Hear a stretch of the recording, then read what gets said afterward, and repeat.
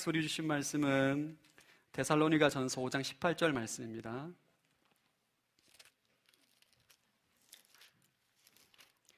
데살로니가전서 5장 18절 한 구절 말씀인데 저와 여러분이 함께 두 번 한번 읽어보도록 하겠습니다. 시작. 모든 일에 감사하십시오. 이는 그리스도 예수 안에서 여러분을 향하신 하나님의 뜻입니다. 모든 일에 감사하십시오. 이는 그리스도 예수 안에서 여러분을 향하신 하나님의 뜻입니다. 아멘. 오늘은 추수감사절입니다. 한 해 동안 하나님께서 우리 인생 가운데 베풀어 주신 은혜를 기억하고 감사의 고백을 드리는 교회 절기입니다. 추수감사 주일은 구약에도 추수감사하는 초막절이라는 절기가 있는데, 지금 현재 우리가 지금 지키고 있는 추수감사절은 미국의 청교도들에게 있습니다. 그 기원이. 여러분 주부안에도 그 내용이 남아있는데 잠깐 소개해드리면 1620년대에 신앙의 자유를 위해서 유럽에 있는 청교도들이 위험을 불사하고 배를 타고 신대륙에 도착합니다.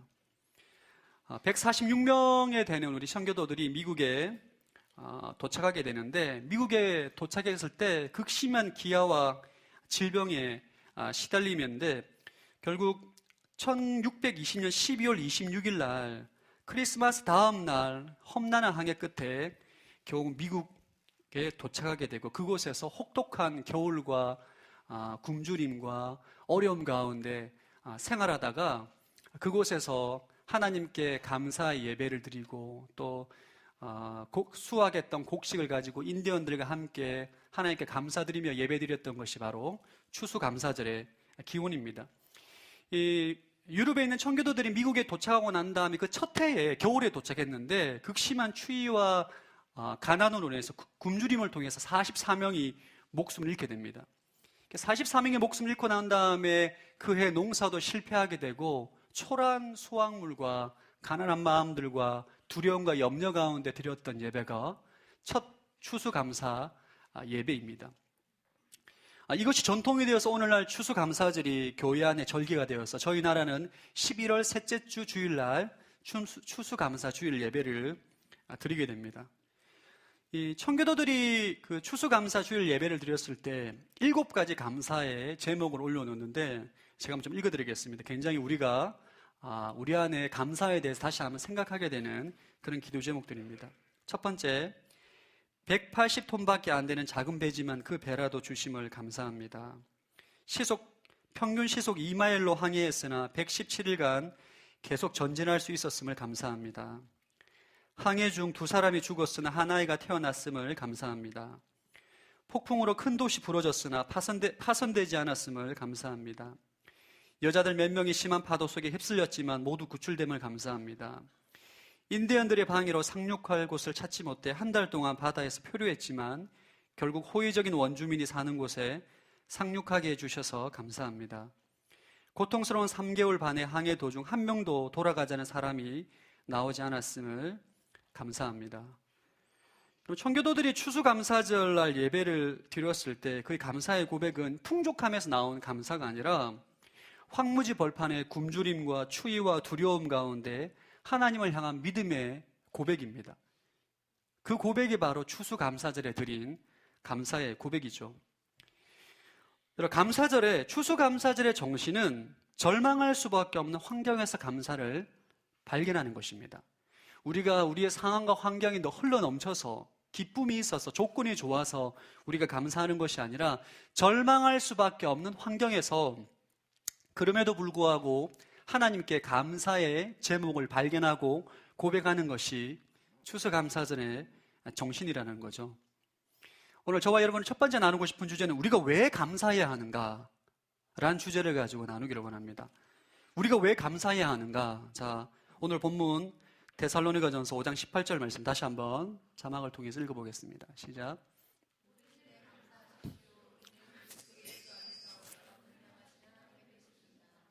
이 말씀 우리가 굉장히 잘 알고 있는 말씀이죠. 항상 기뻐하라, 쉬지 말고 기도하라, 범사에 감사하라. 이는 그리스도 예수 안에서 너희를 향하신 하나님의 뜻이다.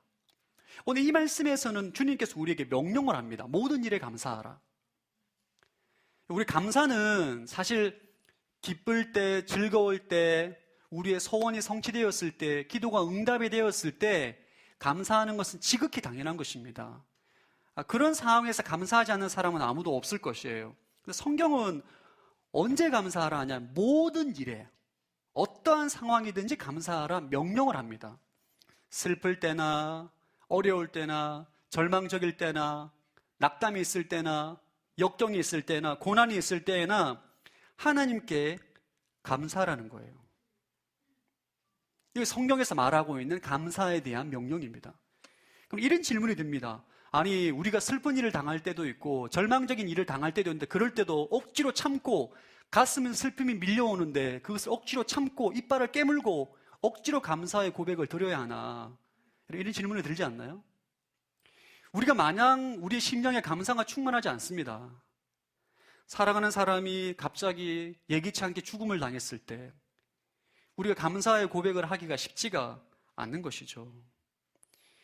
너무 힘들고 어려운데 감사하기가 어려워요.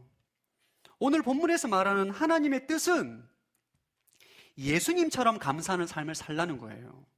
이는 그리스도 예수 안에 있는 너희를 향하신 하나님의 뜻이다.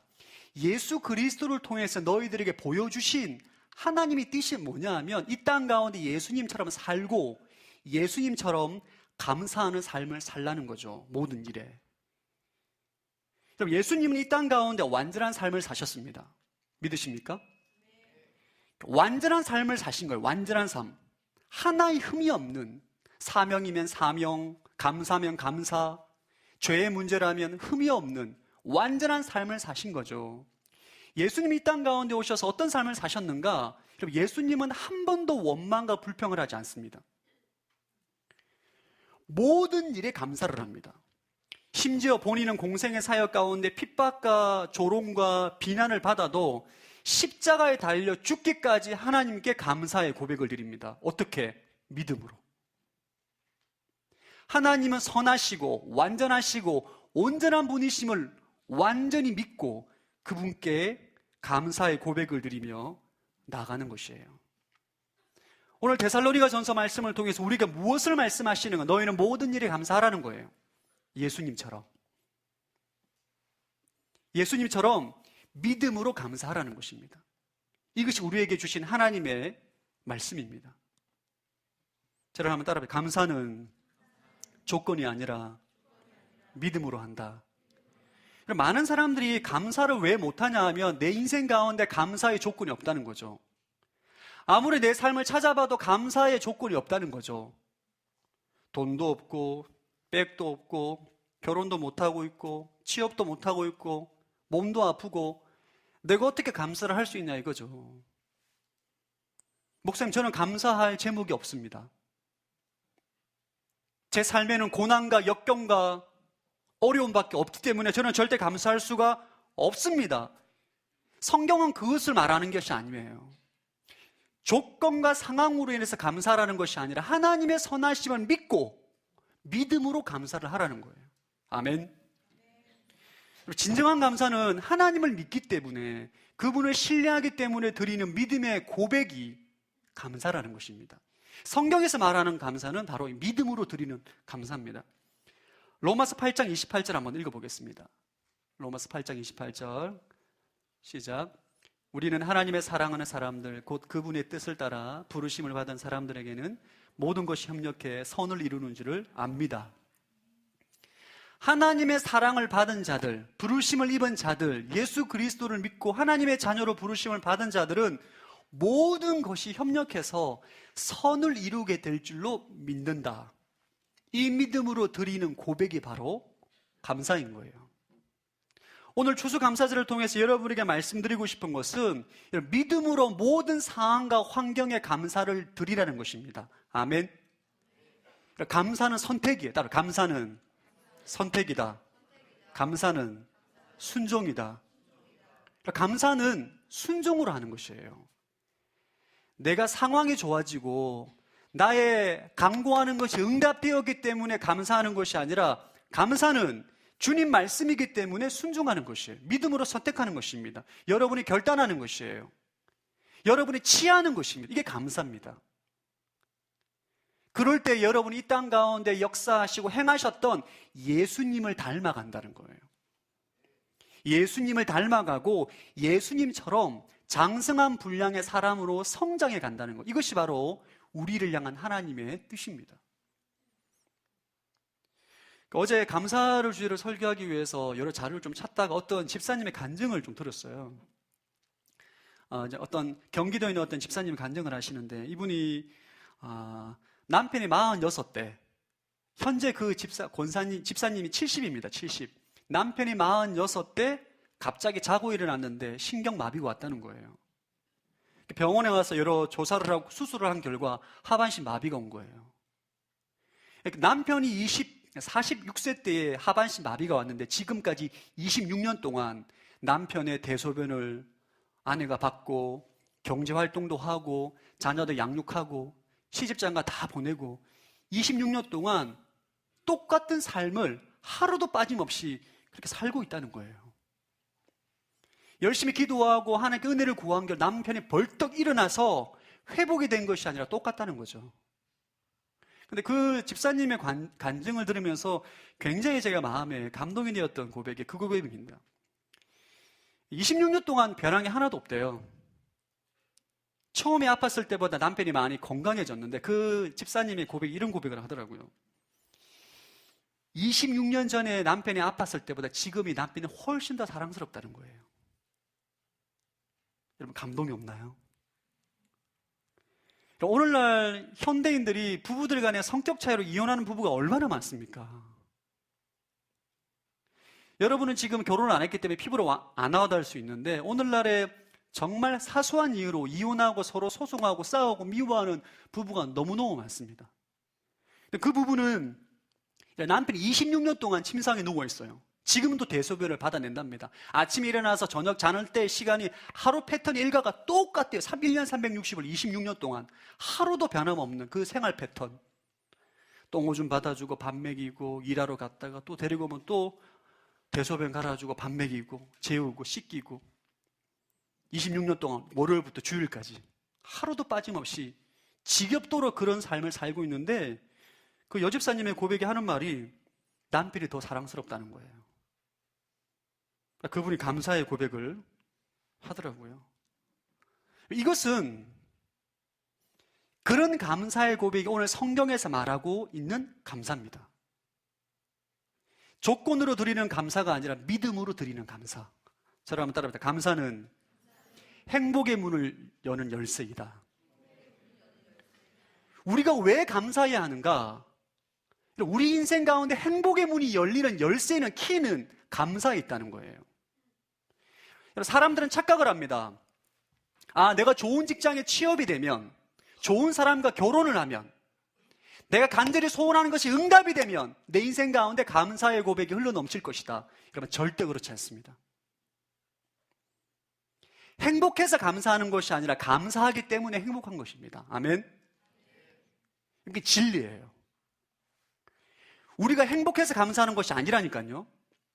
우리가 모든 일에 감사를 하기 때문에 예수님 같은 삶을 살아가게 되고 성화가 되고 행복의 문이 열리는 거예요.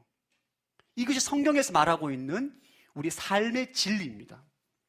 여러분들이 진짜 행복한 인생을 살기를 원한다. 그러면 감사를 선택해야 돼요. 우리가 날마다 모든 일에, 어려운 일이 올 때, 역경에 찾아올 때, 고난에 찾아올 때, 두려움이 올 때, 그때에도 모든 일에 감사를 선택할 때 우리 인생 가운데 있는 행복의 문이 열린다는 거예요. 예수 그리스도 안에 있는 참된 평강과 행복과 기쁨이 우리 삶 가운데 임한다는 것입니다. 이것이 성경에 말하고 있는 행복이에요. 감사합니다. 결혼하면 행복할 것 같죠? 제가 말씀드립니다. 군생활보다 결혼생활이 더 힘듭니다. 진짜 여러분. 군생활 안고 다녀. 결혼생활은 군생활보다 훨씬 힘들어요. 많은 사람들이 말합니다. 결혼했는데 행복하지 않다고. 당연히 행복하지 않죠. 조건에 기초한 행복의 기준이 있기 때문에. 그러나 감사의 능력이 있는 사람은 모든 어떠한 환경이든지 그 결혼 생활이 행복하게 돼 있어요. 제가 조금 전에 나눴던 그 여집사님, 26년의 남편이 누워있다라고 생각해 보십시오. 그 가정은 행복해지기가 어려운 상황입니다. 이 여집사님의 고백을 들어보면 그 예수님이야. 행복하다는 거죠. 감사하다는 거죠. 기쁘다는 거죠. 남편이 너무너무 사랑스럽다는 거죠. 왼수가 아닙니다. 사랑스럽다는 거예요. 어떻게 이것이 가능하냐는 거죠. 어떻게 이것이 가능하냐는 거죠. 성경은 말합니다. 감사를 선택했기 때문이다.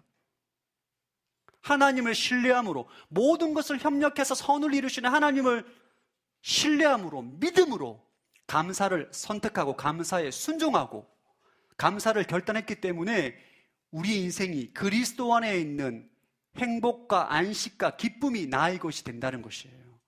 다시 한번 따라합시다. 감사는 행복의 문을 여는 열쇠이다. 여러분의 인생 가운데 주어진 행복의 문을 열기를 원한다면 감사를 선택하십시오. 상황과 환경을 뛰어넘는 행복의 능력이 여러분 인생 가운데 임하게 될 줄로 믿습니다. 제가 지금까지 들은 간증 가운데 가장 충격적인 간증이 있어요. 10년 전인 것 같아요. 몽골의 어떤 선교사님이 간증을 했는데 제가 지금도 그 간증을 잊을 수가 없습니다. 이 선교사님이 태권도 아주 유단자입니다. 태권도를 굉장히 잘하셔서 몽골에 선교사를 가셨어요. 보통 일반 남자들 보통 4-5명 그냥 한 방에 제압하는 정말 상남자입니다. 이분이 몽골에서 태권도를 가르치고 선교를 하는데 어느 날 주말에 본인이 태권도를 가르치러 사역하러 잠시 자리를 비운 사이에 강도가 그의 집에 들어간 거예요. 이분이 사역을 끝마치고 집에 들어와 보니 아내가 칼을 맞아 죽어 있는 거예요. 이 선교사님이 너무너무 하나님 앞에 괴롭고 원망하고 내가 만약 집에 있었다면 아내가 죽지는 않았을 것이다. 이 자책감에 굉장히 많이 어려운 시간을 보냈습니다. 그분이 아내가 죽고 난 다음에 한국에 잠깐 들어왔어요. 들어와서 저희 집회에 간증을 하는데 간증을 하기 전에 처음 고백했던 찬양이 이 찬양이에요. 제가 그 찬양을 들으면서 충격을 받았어요. 거룩하신 하나님, 그 찬양 아시죠, 여러분? 주께 감사드리세. 이 찬양을 부르는데 저는 지금까지 간증을 하기 전에 찬양을 불렀어요. 찬양을 듣자마자 간증 내용을 모르는데 제 눈물이 막 쏟아지기 시작하더라고요. 도대체 저분이 어떤 분이시길 이런 찬양에 신령한 능력이 있나. 찬양을 하고 난 다음에 그분의 삶을 얘기하시는데 제가 너무 충격을 받았습니다. 내가 만약 저 선교사님이라면 어떡할까? 하나님을 떠날 수도 있겠다. 전 그렇게 생각했어요. 그분의 마지막 간증이 도합권입니다. 저는 제 아내가 죽고 피 흘린 그 땅을 위해서 다시금 몽골에 들어갑니다. 이제 다시 한국에 나오지 않을 생각입니다. 하나님께 감사의 고백을 드리고 간증을 마치는 것을 보게 됐어요. 사실 이 간증은 사실 우리 삶의 현실과는 굉장히 동떨어져 있는 간증입니다. 제가 이것을 왜 말씀드리냐 하면 성경에서 말하는 감사의 능력이 뭐냐는 거죠. 성경에서 말하는 감사는 여러분 상황과 환경을 뛰어넘는 믿음의 고백입니다. 이 고백이 우리로 하여금 예수 그리스도와 같은 삶으로 성장시킨다는 거죠. 우리 인생의 상황과 환경을 뛰어넘는 행복의 문을 열게 하는 하나님의 열쇠가 된다는 것을 말하는 것입니다. 전 여러분이 오늘 이 말씀을 통하여서 여러분 삶 가운데 감사를 선택하기를 축복합니다. 다시 한번 저를 감사는 순종하는 것이다. 감사는 믿음의 선택이다. 감사는 믿음의 선택이에요. 모든 일에 감사하십시오. 이는 그리스도 예수를 통하여서 여러분에게 보여주신 하나님의 뜻입니다. 이것이 성경에서 우리에게 말씀하고 있는 내용이자 오늘 말씀의 핵심 주제입니다.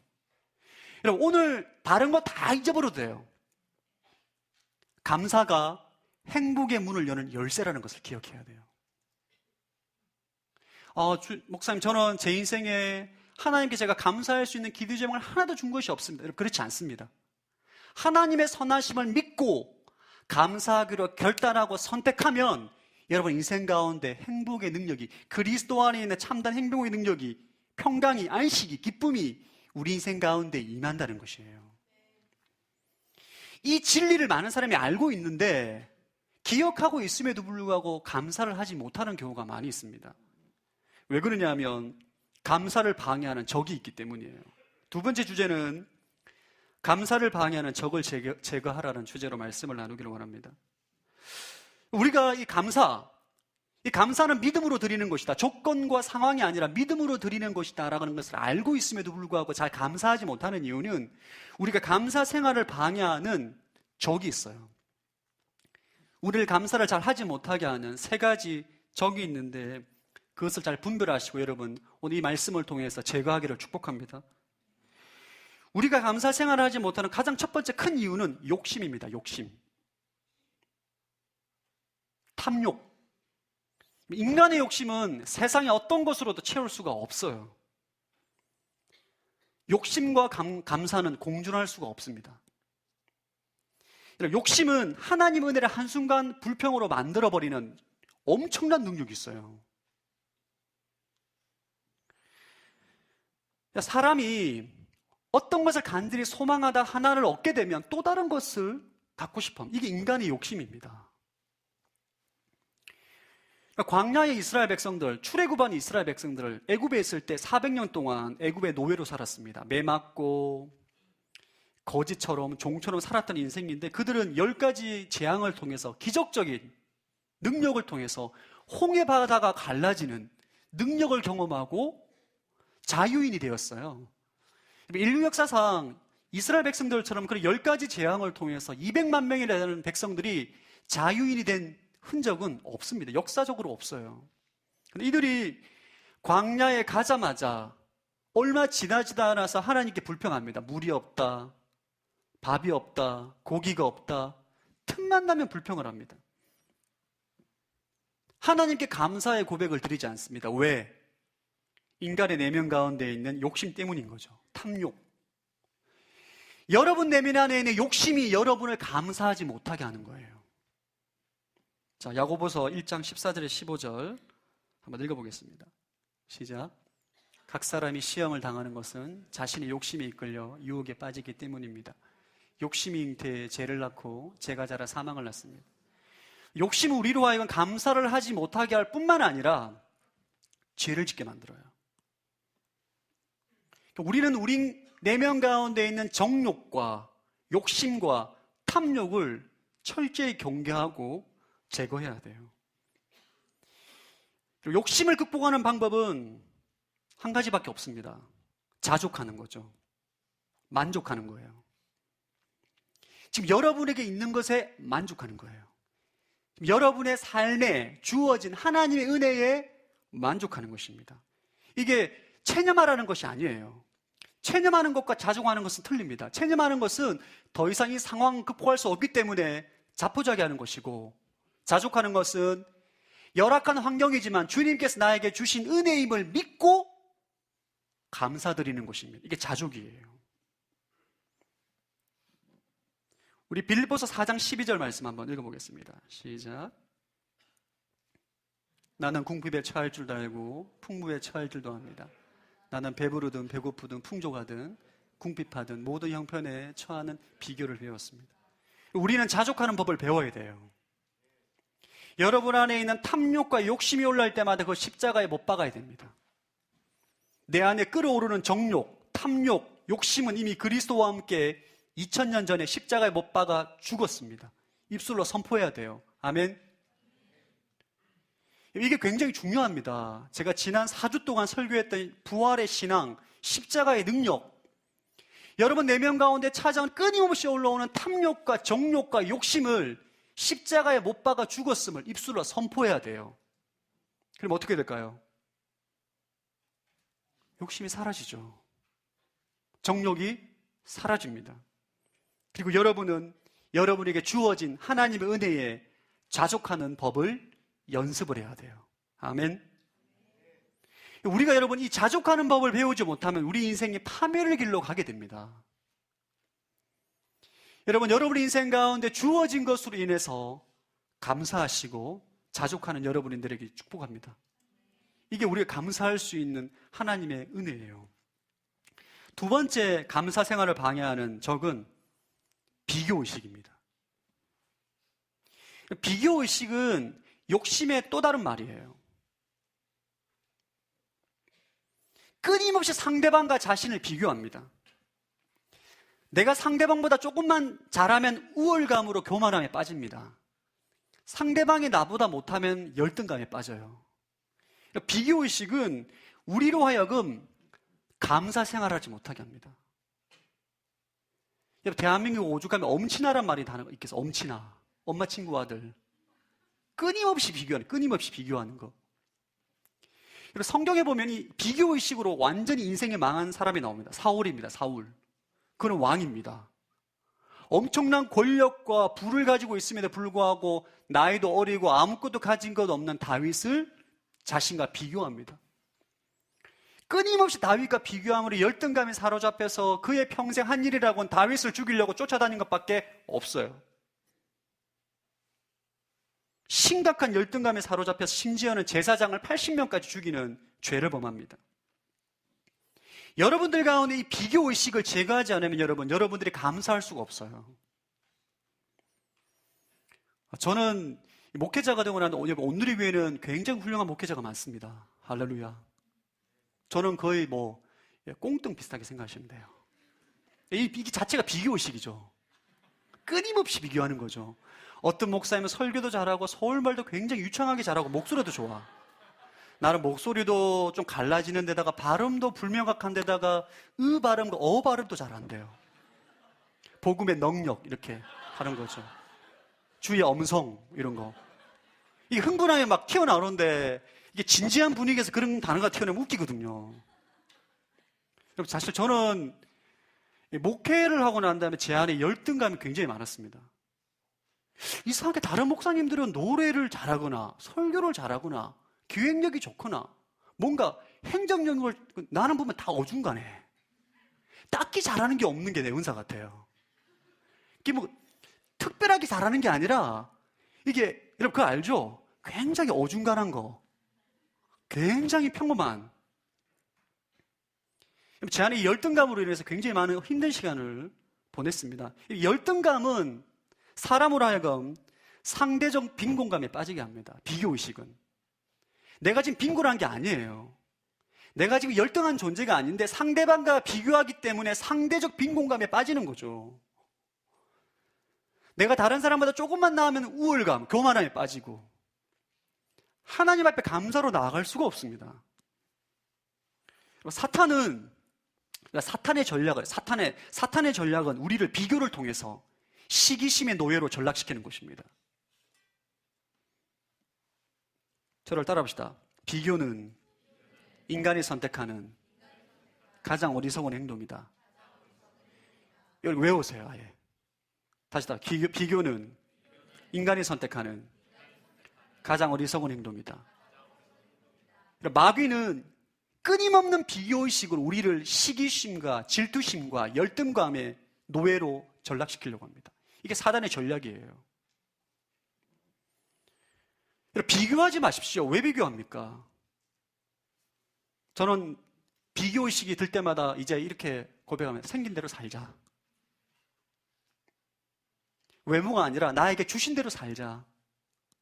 우리가 비교의식이 들 때마다 우리가 어떻게 해야 되나? 우리 옆 사람에게 당신은 하나님의 최고의 걸작품입니다. 한번 축복하겠습니다. 얼굴을 좀 보고 진심으로 한번 해주세요. 당신은 최고의 걸작품입니다. 한번 해주세요. 우리 안에 이 자신감이 있어야 돼요. 아멘. 저는 지금 저의 사투리를 사랑합니다. 대한민국에서 이 정도 억양, 이건 어디 가도 들어볼 수 없는 묘한 억양이죠. 서울말도 아니고 경상도 말도 아니고 멜기세덱 족보라고 해야 됩니다. 하나님은 나에게 나만이 가지고 있는 영적인 DNA를 주셨어요. 여러분만이 가지고 있는 아주 독창적인 최고의 걸작품입니다. 믿으십니까? 오른손을 가슴에 얹고 한번 나는 하나님의 최고의 걸작품이다. 아멘. 이 믿음이 있어야 돼요, 여러분. 이 세상은, 마귀는 끊임없이 우리를 비교합니다. 문제는 하나님 앞에 감사를 못 드린다는 거예요. 이 비교를 하게 되면. 자, 우리 디모데후서 2장 20절에서 21절 한번 읽어보겠습니다. 시작.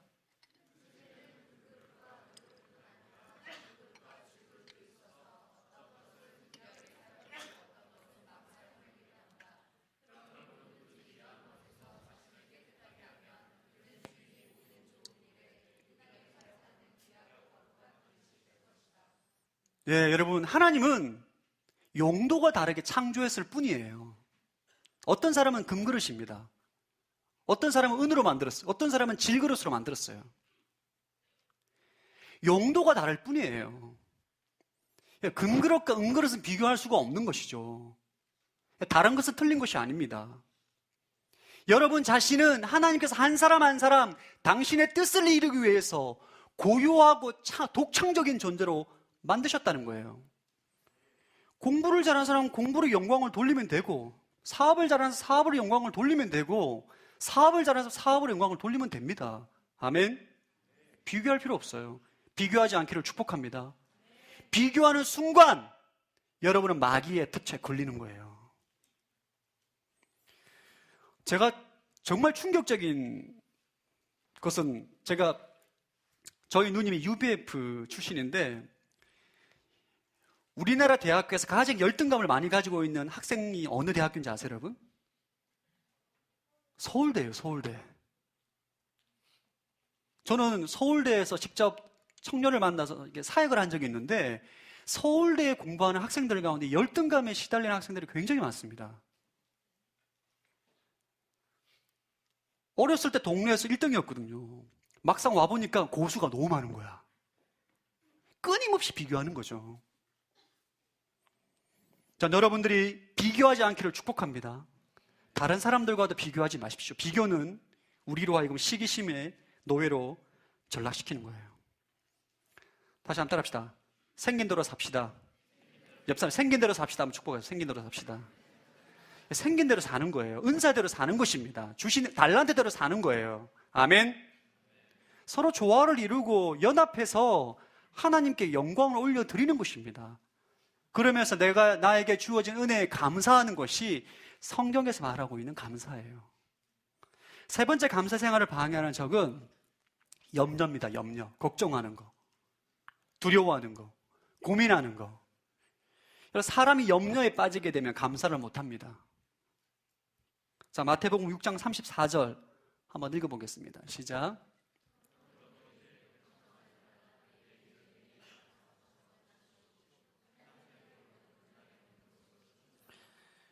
예수님이 오죽하면 내일 일은 내일 걱정하라 말씀하시겠어요. 여러분, 월요일 걱정 오늘 하지 마십시오. 아멘. 내일 출근해서 해야 될 일 걱정하지 마세요. 예배에 집중하세요. 예배에.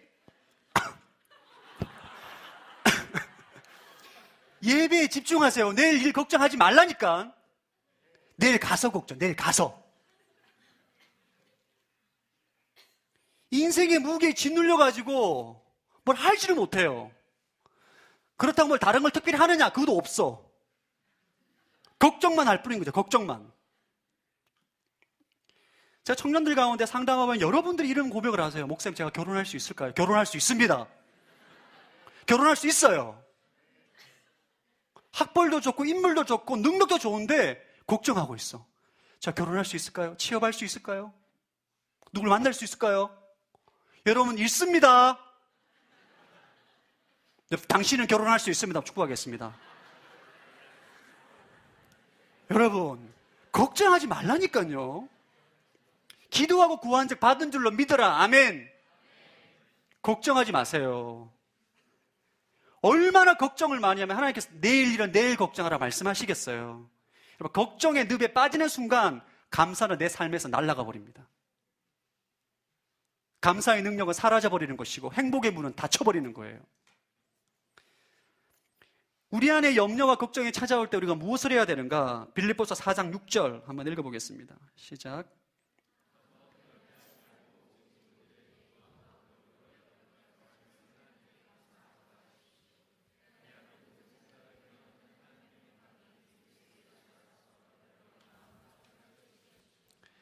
염려와 걱정을 하나님께 맡기라는 거죠.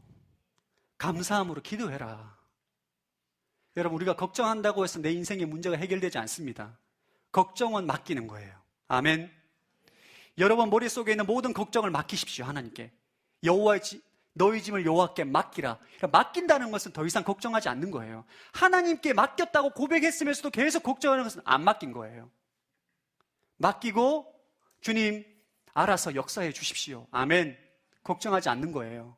그리고 감사하는 것입니다. 주님 응답해 주셔서 감사합니다. 내가 고민하는 문제 해결해 주셔서 감사합니다. 지금 해결되지 않았어요. 그러나 기도하고 구한 즉 받은 줄로 믿으라 말씀하셨기 때문에 이미 해결되었음을 믿고 감사의 고백을 먼저 드리는 거예요. 여러분, 결혼이 늦어진다고 해서 고민하지 마세요. 결혼이 늦어지면 그 시간을 즐기십시오. 할렐루야. 즐기세요. 결혼하면 그 순간 사역 끝입니다. 사역 못해요. 향후 10년간 여러분 사역할 수도 없습니다. 교회 봉사 거의 못합니다. 애 낳고 해보세요. 진짜 어렵습니다. 솔로를 즐기셔야 돼요. MT 막 가십시오. MT 가시고 모임하면 가시고 봉사하면 가시고.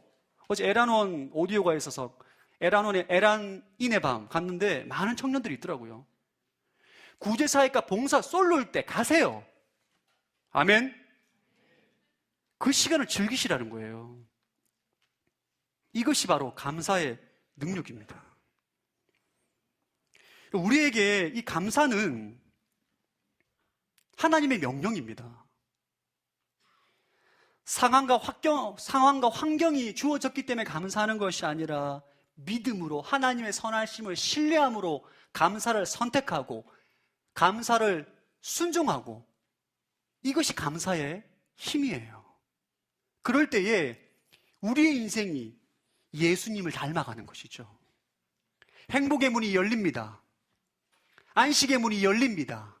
그리스도 안에 있는 평강의 문이 열리게 된다는 거예요. 아멘. 그래서 우리 입술에는 날마다 감사의 고백이 흘러넘쳐야 돼요. 그런데 여러분, 감사는 하루아침에 감사의 능력이 나타나지 않습니다. 감사는 믿음과 똑같습니다. 하루아침에 믿음이 연약한 사람이 엄청나게 믿음이 큰 사람이 될 수 없어요. 하나님을 조금도 믿지 못하는 사람이 자고 일어나는데 엄청나게 큰 믿음의 사람이 될 수 없는 것처럼, 지금 내가 작은 것에 감사하지 못하는 사람은 큰 일에 감사할 수 없어요. 감사는 훈련되어야 한다. 믿음도 연단을 통해서 성장하는 것처럼 감사도 연단을 통해서 성장해요. 여러분들은 감사를 작은 것에서부터 감사를 시작하는 거예요. 제가 서두에 말씀드렸던 그 집사님은 26년 동안에 아주 작은 것에서부터 감사의 고백이 있기 때문에 지금의 그런 고백을 할 수 있는 것입니다. 우리는 늘 감사를 훈련해야 돼요. 작은 것에서부터 감사하는 훈련이 되어야 합니다. 오늘 집에 가서서 감사가 정말 안 된다. 감사 노트를 만드십시오. 감사 노트. 감사 노트를 막상 딱 적으려고 하잖아요. 제가 감사 노트를 적어봤는데 진짜 감사할 게 없어. 진짜 감사할 게 없어서 정말 고민되고 쓸 말이 없는데 감사 노트를 딱 펴서 적으면 한 개, 두 개는 나옵니다. 할렐루야. 이게 나오게 돼 있어요. 여러분의 삶의 아주 작은 것부터 감사의 노트에 글을 적으시기 바랍니다. 그때에 여러분의 인생에 행복의 문이 열리게 되는 것이죠. 아멘. 여러분은 지금은 비록 그렇게 되지 않지만 하나님의 때에 언젠가는 감사의 능력으로 인해서 예수님처럼 십자가의 길을 걸음에도 불구하고 믿음으로 감사하고 믿음으로 순종하는 그런 인생이 될 수 있다는 것입니다. 아멘. 자, 오늘 주보안에 보시면 여러분 감사 카드가 있습니다. 한번 꺼내보시기 바랍니다. 감사 카드. 감사 카드. 제가 서두에 청교도들이 7가지 기도 제목을 했어요. 여러분 제가 기억나죠? 절망 가운데 여러분, 전혀 감사할 수 있는 환경이 아닙니다. 절망 가운데, 낙담 가운데, 우울함 가운데 감사의 제목을 기록한 거예요. 자, 여러분, 이 감사 카드가 있는데 볼펜을 다 꺼내시기 바랍니다. 볼펜을 다 꺼내시고 이 감사 카드 뒷면에 2014년 한 해 동안 하나님께서 여러분에게 부어주신 은혜의 7가지 감사의 제목을 적으십시오. 지금. 볼펜이 없으신 분은 손을 들어주시면 저희 안내팀에서 볼펜을 드리도록 하겠습니다. 자, 여러분, 다시 한번 저를 감사는 선택하는 것이다. 감사는 순종하는 것이다. 지금 여러분의 감사를 선택해야 돼요. 여러분의 인생에 행복의 문이 열리게 될 줄로 믿습니다. 자, 볼펜으로 1번부터 7번까지 감사의 제목을 적을 수 있는 시간을 드리겠습니다. 적으세요. 이 적은 것을 순모임 때 나눠주세요. 저는 이런 일로 인해서 하나님께 감사합니다. 자, 지금 적는 시간을 드리도록 하겠습니다. 7가지.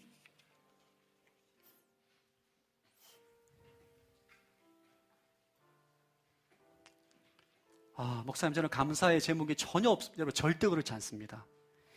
지금 여러분이 예배 드리고 있는 것 자체가 감사의 제목이에요.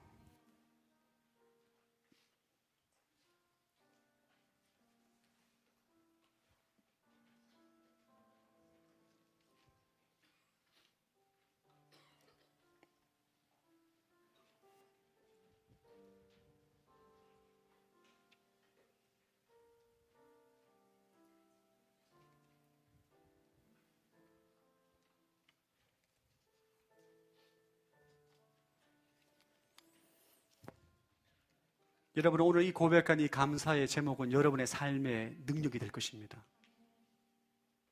여러분의 삶의 능력으로 나타나게 돼 있어요.